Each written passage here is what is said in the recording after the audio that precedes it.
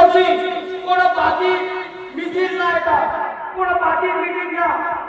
আমরা নিজেদের জন্য নিজেদের স্বার্থে আজকে মুসলিম ভাইরা নিজেরা বেড়ায় আসছি বাড়ি থেকে। এটা দেখে আমরা খুশি হচ্ছি। আজকে ধূপগুড়ির বুকে কেউ বা কারা বলেছিল কোথায় মুসলমান, কোথায় কয়টা মুসলমান আছে, তো আমরা সামান্যতম আজকে একটু লোক দেখলাম, তো দেখে আজকে আমার মনে হচ্ছিল তো হ্যাঁ আমাদের ধূপগুড়িতেও আমাদের আল্লাহ জিনিস রক্ষার্থে আমাদের মহানবের এই কারা কারণ বিরোধিতায় আমাদের মুসলিম নিজের সাথে আজকে বাড়ি থেকে বেরিয়ে এসেছে।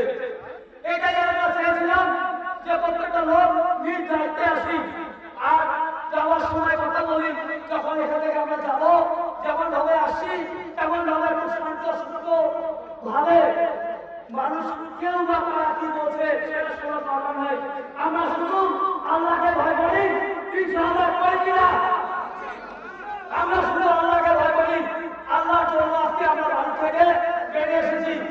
আর আমি এই সমাজ থেকে বলে যাচ্ছি, যদি আমাদের এই কালা কানুন বন্ধ না হয়, আমাদের এই বিল বন্ধ না হয়, তাহলে ধূপগুড়ি বুকে বৃহৎ থেকে বৃহত্তম আন্দোলন আমরা করে দেখাবো।